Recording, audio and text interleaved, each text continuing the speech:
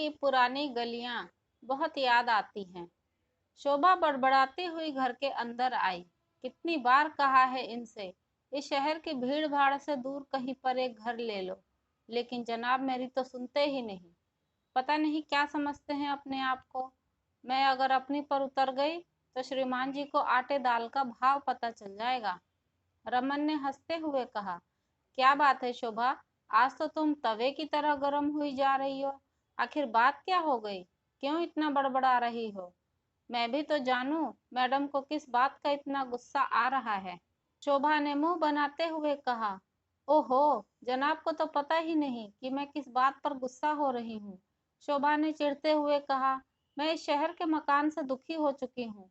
कितनी बार कहा आपसे, शहर की भीड़ भाड़ से दूर कहीं शांत जगह पर एक घर ले लो।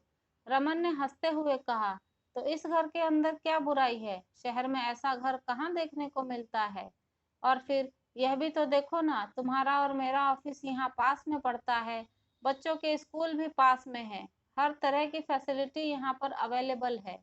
और तो और यहाँ पर हमारे पड़ोसी भी बहुत अच्छे हैं, जो कि बुरे वक्त पर हमेशा मदद के लिए तैयार रहते हैं। फिर भी तुमको शहर से बाहर रहने का फितूर चढ़ा हुआ है।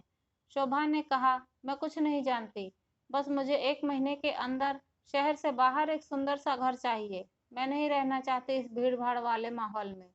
तुमने यहाँ की गलियां देखी हैं, बहुत तंग है, बहुत घुटन होती है, चलने में भी बहुत परेशानी होती है, लेकिन तुमको क्या, ये सारी समस्या मुझे ही झेलनी पड़ती है। रमन ने देखा शोभा अब बिल्कुल भी नहीं मानने वाली, तो उसने एक बिल्डर से संपर्क किया और बिल्डर ने उनको अच्छा सा शहर के बाहर शांत माहौल में घर दिला दिया।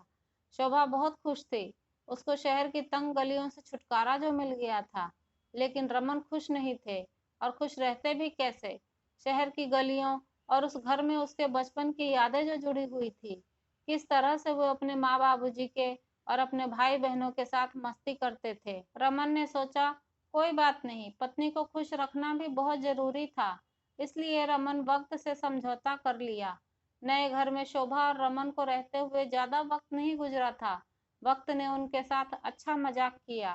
पुराने घर को छोड़ने के कारण रमन बीमार रहने लगा और एक दिन उनको दिल का दौरा पड़ गया। शोभा एकदम से घबरा गई। पड़ोस में उसने मदद मांगी तो सबने मदद करने से इनकार कर दिया। शोभा के शहर के मकान के पास मीरा रहती थी।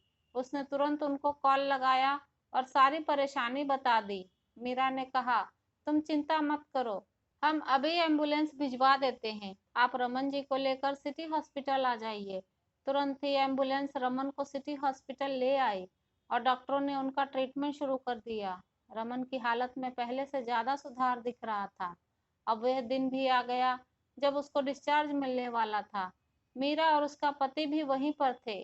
शोभा ने मीरा का आभार जताते हुए कहा, अगर आप नहीं होते तो पता नहीं क्या होता। वहां के पड़ोसी तो किसी की मदद तक नहीं करते। बीच में रमन ने कहा, क्यों शोभा, कहाँ जाना है? शहर से दूर अपने नए घर में, या फिर जहाँ प्यार बसता है, जहाँ संकरी गलियां हैं और जहाँ पड़ोसी अपनत्व का पाठ पढ़ाते हैं, ऐसे अपने पुराने से सुंदर घर में? शोभा कहती है, नहीं रमन, मुझे तो अपने पुराने घर में जाना है। नई गलियों में मैं कुछ ज्यादा ही उलझ गई। मुझे अपने घर की पुरानी गलियां बहुत याद आ रही हैं। तभी मीरा शोभा की चुटकी लेते हुए कहती हैं कि चलो देर आए दुरुस्त आए।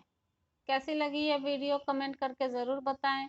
वीडियो पसंद आई है तो लाइक और शेयर करना ना भूलें। चैनल पर नए हैं तो सब्सक्राइब अवश्य कर लें। कहानी सुनने के लिए आपका धन्यवाद।